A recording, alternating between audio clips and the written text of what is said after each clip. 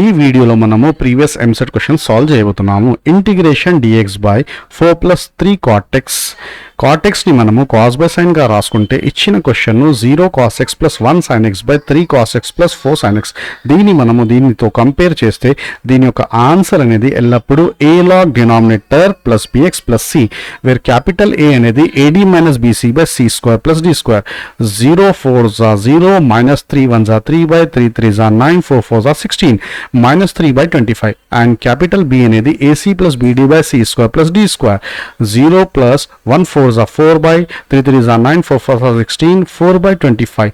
Option A and B లో A and B values minus 3 by 25 and 4 by 25. So third and fourth are the wrong options. కానీ ఇక్కడ denominator అనేది 3 cos x plus 4 sin x.